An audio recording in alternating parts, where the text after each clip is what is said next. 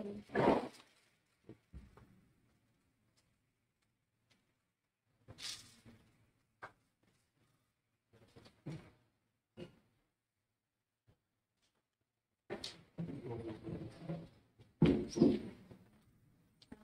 warahmatullahi wabarakatuh.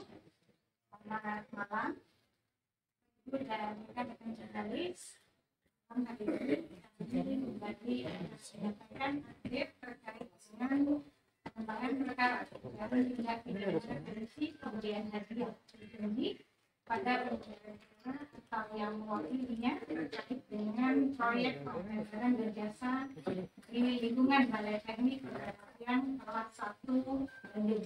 Bagaimana rekan-rekan ketahui, KPK telah mengumumkan dan menetapkan tersangka terhadap 11 orang, dan hari ini kami akan kembali melakukan upaya paksa dan mengumumkan penetapan tersangka atau satu tersangka lainnya, sehingga total ada 12 tersangka yang telah KPK tetapkan dan umumkan. Dan hari ini sudah hadir bersama kita pimpinan KPK Bapak Nurul Gufron dan juga PLH Direktur Penyidikan KPK Pak Anwar Moja yang akan menyampaikan terkait dengan lama masa penahanan, di mana rutan dilakukan tempat penahanan terhadap tersangka, dan juga konstruksi perkara secara lengkap akan dipaparkan oleh pimpinan KPK Pak Nurul Gufron. Kami persilakan Pak Gufron.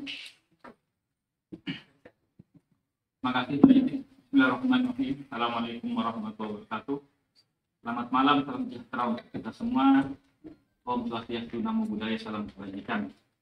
Sebagaimana disampaikan oleh Pak Ipi, kami akan menyampaikan konferensi pers berkaitan dengan pengembangan perkara dugaan PPK, pemberian hadiah atau janji pada penyelenggara negara atau yang mewakilinya terkait proyek pengadaan barang dan jasa di lingkungan Balai Teknik Perkeretaapian kelas 1 Bandung.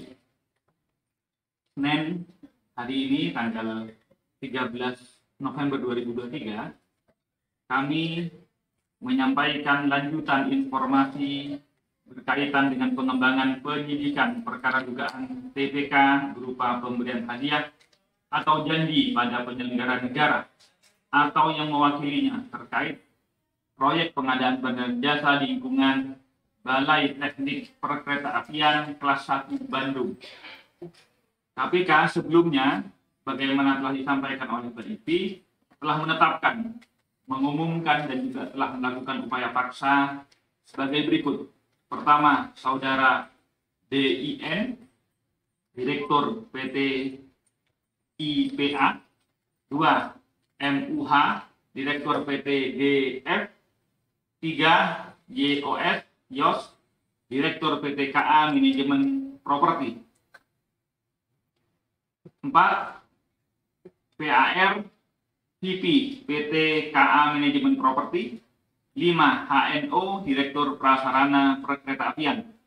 6, BEN, PPK BTP Jabatan. 7, PTU, Kepala BTP Jabatan. 8, AFF, PPK BPKA Sulsel.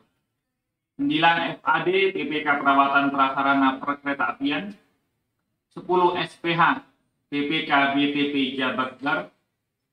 11, AD, Direktur PT BKU. Dan 12, ZF, Direktur PT PKS. Untuk kebutuhan proses penyidikan, tim penyidik menahan tersangka Saudara ZF untuk 20 hari pertama, terhitung mulai hari ini tanggal 13 November 2023 sampai 2 Desember 2023 di rutan KPK. Konstruksi perkara, sebagai salah satu rekanan dari pihak swasta yang sebelumnya pernah mengerjakan proyek pengadaan barang dan jasa di Kementerian Perhubungan, AD dan ZF kembali ingin dinyatakan sebagai salah satu pemenang lelang proyek yang kembali akan diadakan Kementerian Perhubungan, khususnya di Balai Teknik Perkeretaapian kelas 1 Bandung. Agar perusahaannya terpilih, Saudara AD dan Saudara ZF melakukan pendekatan dengan SPH yang saat itu menjabat selaku pejabat pembuat komitmen atau PPK dari paket besar kegiatan surat berharga syariah negara atau SBSN di Balai Teknik Perkeretaapian kelas 1 Bandung pada Satuan Kerja Lampegan Cianjur untuk proyek peningkatan jalur kereta api Lampengan Cianjur tahun 2023 sampai 2024. Paket pekerjaan yang menjadi tanggung jawab SPH diantaranya peningkatan jalur kereta api R33 menjadi R54 kilometer 76 plus 400 sampai dengan 82 plus 1000 antara Lampengan Cianjur 2023 sampai 2024 dengan nilai paket pekerjaan sebesar 41 miliar. Tindakan SPH untuk mengkondisikan dan memploting calon pemenang lelang atas sepengetahuan dan arahan dari Saudara HNO selaku Direktur Prasarana Ditjen Perkeretaapian, terjadi kesepakatan antara Saudara AD dan ZF dengan SPH agar dapat dimenangkan dengan adanya atau janji pemberian sejumlah uang. Untuk penyerahan uang pada Saudara SPH dilakukan melalui beberapa kali transfer antar rekening bank. Besaran uang yang diserahkan Saudara AD dan ZF sejumlah sekitar 935 juta. Dan tim penyidik masih akan terus melakukan pendalaman tentang aliran ataupun besaran uangnya tersebut. Atas perbuatannya tersebut, Saudara tersangka ZF disangkakan melanggar pasal 5 ayat 1 huruf A atau pasal 5 ayat 1 huruf B atau pasal 13 Undang-Undang Republik Indonesia nomor 31 tahun 99 Junto 20 2001 tentang pemberantasan tindak pidana korupsi. Itu yang dapat kami sampaikan. Sekali lagi KPK berharap penangkapan demi penangkapan, upaya paksa demi upaya paksa ini adalah bagian dari penindakan dan sekaligus pencegahan. Kami berharap siapapun dengan adanya konferensi pers ini mengetahui dan tidak ingin melakukan tindak pidana korupsi kembali di kemudian hari. Itu yang dapat kami sampaikan. Terima kasih atas perhatiannya. Selanjutnya kami kembalikan ke saya, Mbak Ipi. Wassalamualaikum warahmatullahi wabarakatuh. Om Santi Santi Om Namo Buddhaya. Salam kebaikan. Terima kasih Pak Bukron. Pak Anwar, ada yang ingin tambahkan? Baik. Bapak Ibu dan rekan-rekan jurnalis, demikian disampaikan oleh pimpinan KPK. Jika ada pertanyaan, kita buka sesi tanya jawab. Silakan. Baik. Bukan nama dan medianya. Yes. Terima kasih Mbak Ipi. Saya Jamal dari Renault Pemutra gitu ya. Ini ada beberapa pertanyaan Pak. Yang pertama terkait kasus ini. Sebelumnya kan di beberapa surat dakwaan dan di persidangan itu terungkap adanya keterlibatan pengusaha bernama Muhammad Suryo. Dan beberapa pekan lalu jaksa KPK juga sudah mengusulkan agar penyelidikan terhadap Muhammad Suryo ini naik ke penyidikan dengan menetapkan Suryo sebagai tersangka. Lalu apa kendalanya Pak pada ekspos selanjutnya Pak sehingga belum naik ke tahap penyidikan? Lalu yang kedua, apa betul Pak KPK melakukan penyegelan terhadap ruang kerja anggota BPK RI Pius Lustri Lana dan 2 tempat lainnya kalau tidak salah. Itu terkait kasus apa ya Pak? Apa betul terkait kasus dugaan korupsi APD Kemenkes atau terkait kasus Kemendikbud? Karena isu ini dari pagi sudah beredar Pak. Lalu yang ketiga, soal dugaan korupsi pengadaan sapi di Kementan yang diduga melibatkan anggota DPR RI inisialnya AA dan LN. Itu siapa ya Pak? Dan itu prosesnya hingga saat ini seperti apa? Lalu yang keempat, besok kan putusan pra peradilan mantan Mentan Syahrul Yassin Limpo. Apa betul KPK menemukan indikasi adanya upaya mempengaruhi hakim Pak, oleh pihak-pihak tertentu?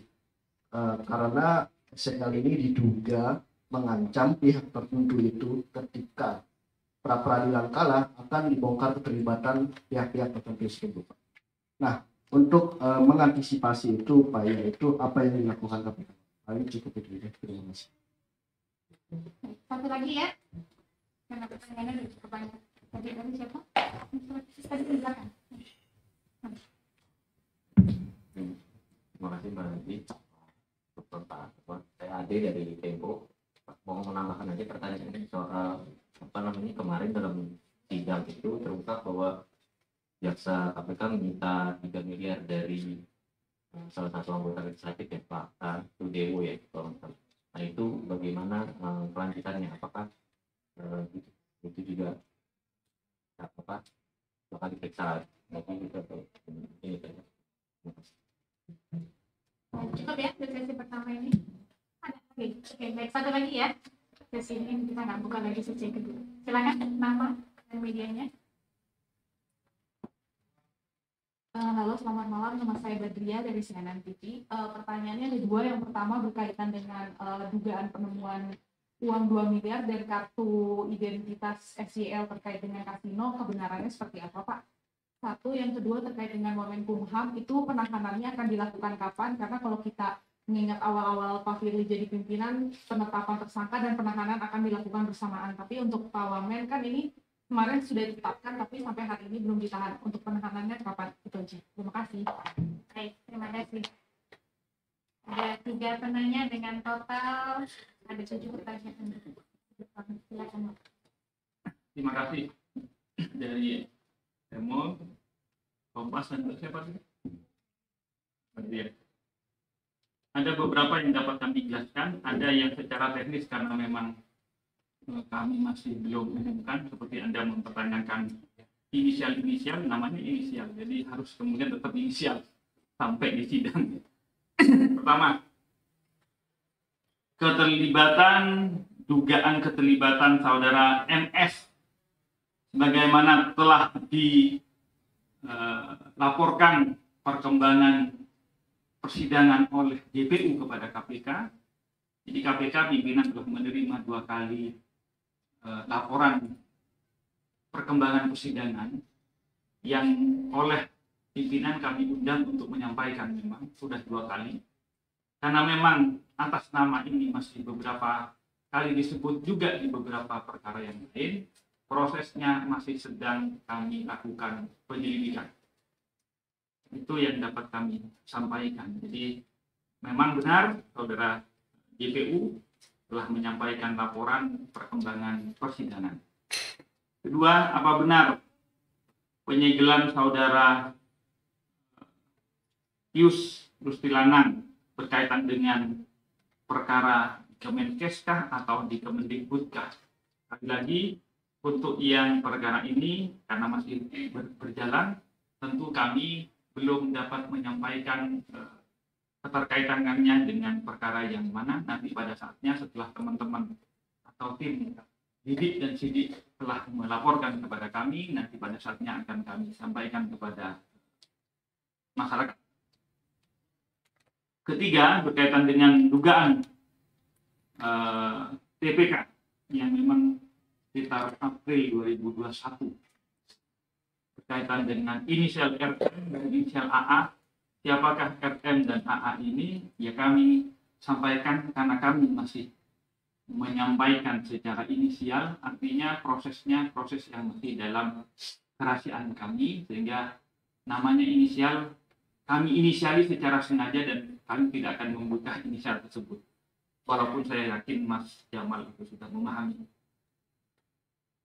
Keempat, putusan pra-peradilan SYL yang akan sedianya dibacakan besok dan ditengarai macam-macam gitu ya. Sekali lagi tentu KPK telah melakukan upaya-upaya pertama secara teknis untuk mengantisipasi hal tersebut. Tentu semuanya berkaitan dan berdasarkan hukum. Kami melakukan antisipasi agar hal-hal yang tidak diinginkan itu tidak terjadi. Bahwa kemudian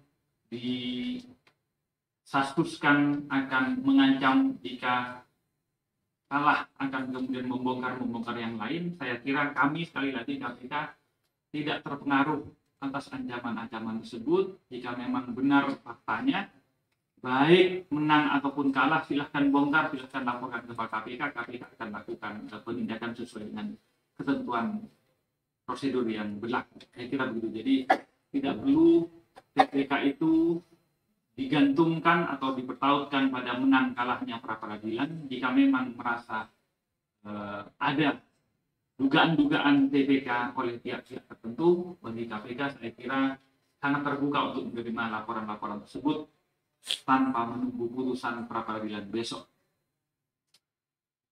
Lantas di Kompas, saudara Tempo ya, saudara Sudewo, iya.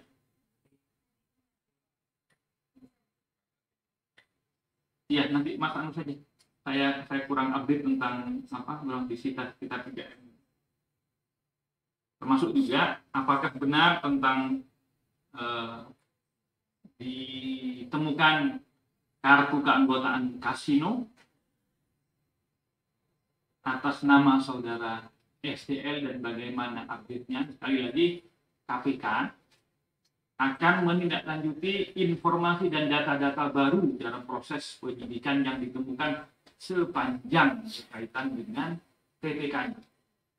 Kalau berkaitan misalnya keberadaan kartu anggota kasino tersebut berkaitan dengan hasil ataupun alat ataupun berkaitan dengan TPK-nya, tentu akan kami tindak lanjuti. Tetapi kalau itu keanggotaan kasinonya tidak terkait dengan TPK, tentu kami tidak akan menindaklanjuti. Terakhir berkaitan dengan Wamenkumham. Jadi perlu kami sampaikan sekali lagi, KPK memang telah melakukan ekspos dan pimpinan maupun peserta ekspos sepakat pada saat itu untuk menindaklanjuti dari lidik kepada penyidikan. Sementara kasusnya sendiri, progres secara administrasinya, LKPP, Sprindik dan lain-lainnya itu memang masih sedang dalam proses tindak lanjut proses formil administrasinya. Karena itu sekali lagi KPK tentu tidak akan mengumumkan lebih lanjut berkaitan dengan kasus ini sampai pada adanya proses bagaimana kita pahami kebijakan kami saat ini adalah ketika prosesnya memerlukan proses upaya paksa, pada saat itu kami akan progres lebih lanjut berkaitan dengan kasus ini. Saya kira begitu. Terima kasih. Saya kembalikan ke Mbak Ivi, mungkin Mas Munawar Anwar Munajam tambah berkaitan dengan tadi.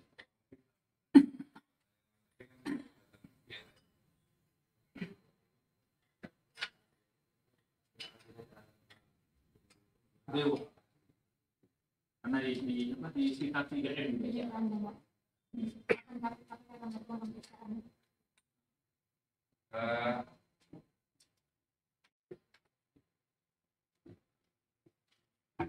Jadi memperkenalkan diri, pada saat ini saya adalah pejabat pelaksana harian dari Direktur Penyidikan yang kebetulan sedang melaksanakan kegiatan luar. Mengenai keterlibatan yang tadi ditanyakan Mas Ade, pada dasarnya kami di penyidikan KPK itu akan melakukan verifikasi, penelitian dan pendalaman terhadap siapapun yang terlibat, yang pada akhirnya nanti apabila memenuhi alat buktinya akan kita naikkan statusnya. Intinya itu. Karena kalau masuk kepada inisial, saya sendiri mungkin kurang bisa menjelaskan secara gamblang karena saya hanya adalah direktur. Terima kasih. Terima kasih Pak Anwar. Kalau kita sekali lagi berarti apakah KPK membenarkan ada penggeledahan di BPK itu Pak hari ini? Tapi jawab. BPK sudah dijawab ya, sudah dijelaskan. Nanti kalau tidak hasil, jadi mohon kalau proses jangan lalu gede, nanti pada saat kami sudah mendapatkan hasilnya pasti akan kami sampaikan kepada media. Jadi sudah dijawab semuanya ya rekan-rekan. Saya kira mau juga dipahami ada beberapa informasi yang mungkin belum dapat kami buka semuanya saat ini, tapi pada waktunya nanti kami akan update dan lakukan penggiringan informasi untuk teman-teman semua. Saya kira demikian konferensi pers kita malam hari ini. Terima kasih untuk perhatian rekan-rekan. Saya tutup. Assalamualaikum warahmatullahi wabarakatuh.